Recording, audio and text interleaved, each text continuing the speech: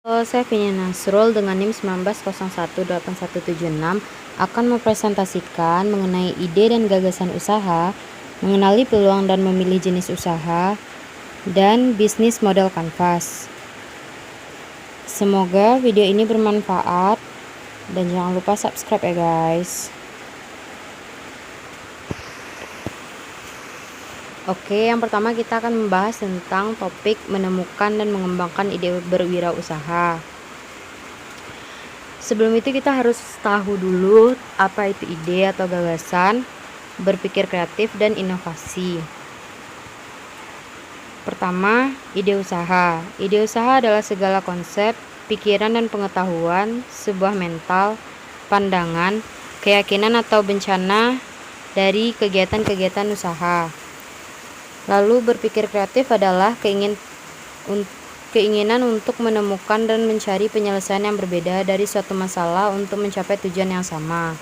Serta inovasi adalah aktualisasi dari berpikir kreatif.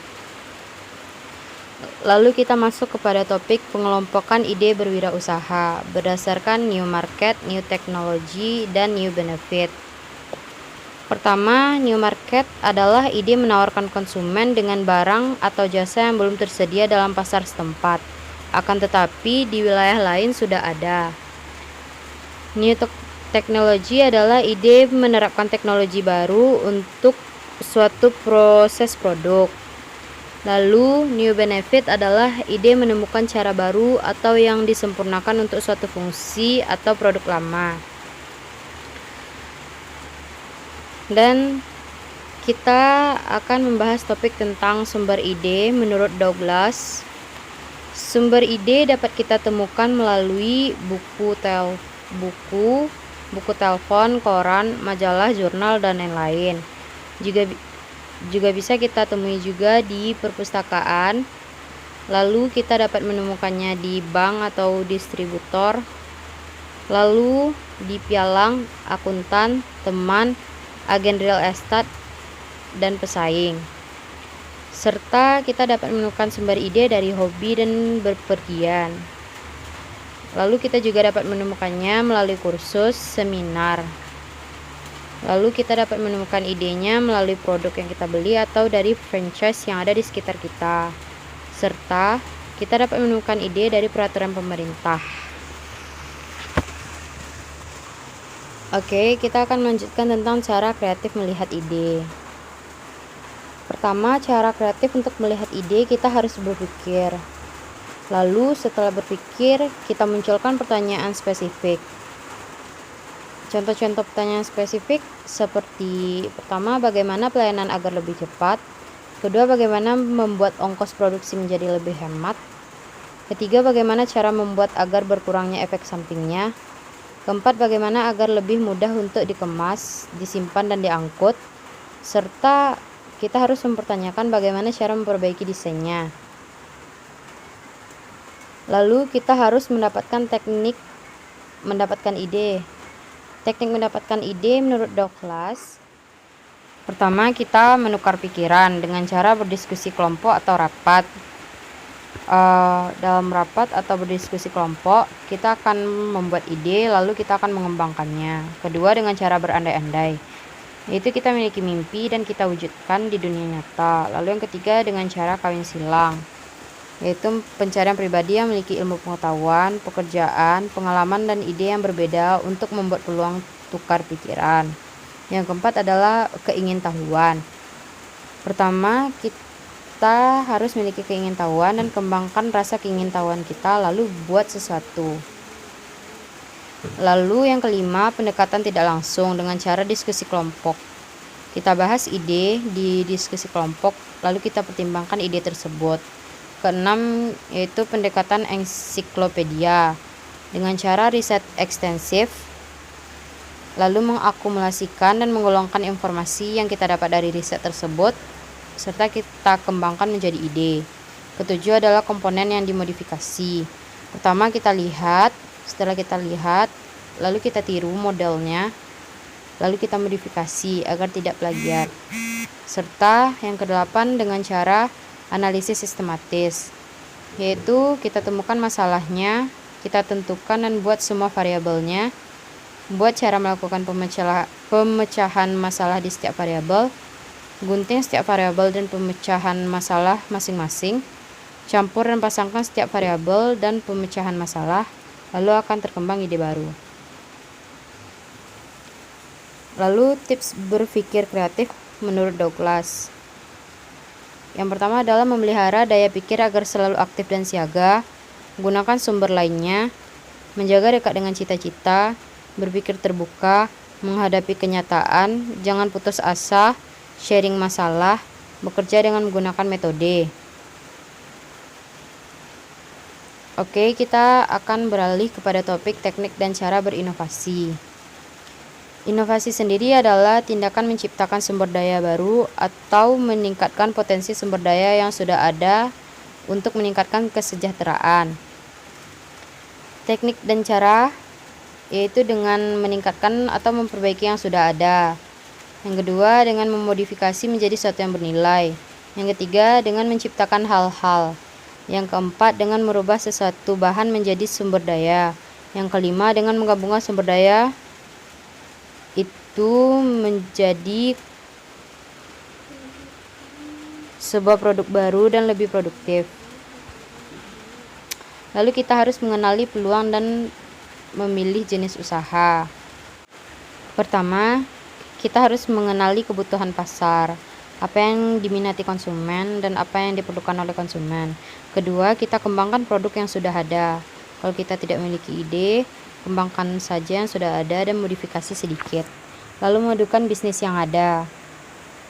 Kita hanya memberikan ide dari bisnis yang sudah ada dengan ide konsep yang kita punya, sehingga tidak tercerminkan plagiat terhadap suatu produk yang akan kita tiru.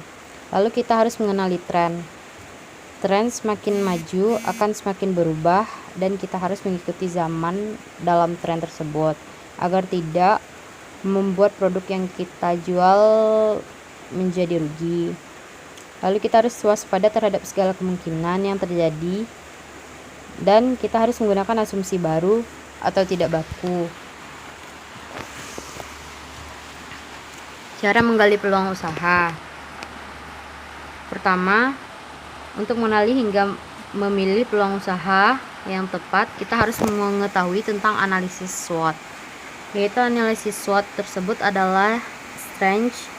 Strength itu adalah kekuatan. Kekuatan kita dalam berusaha, kita dapat memilih lokasi tempat usaha yang tepat, bahan baku yang baik, dan lain-lain yang diperlukan untuk membuat usaha kita memiliki kekuatan untuk bersaing.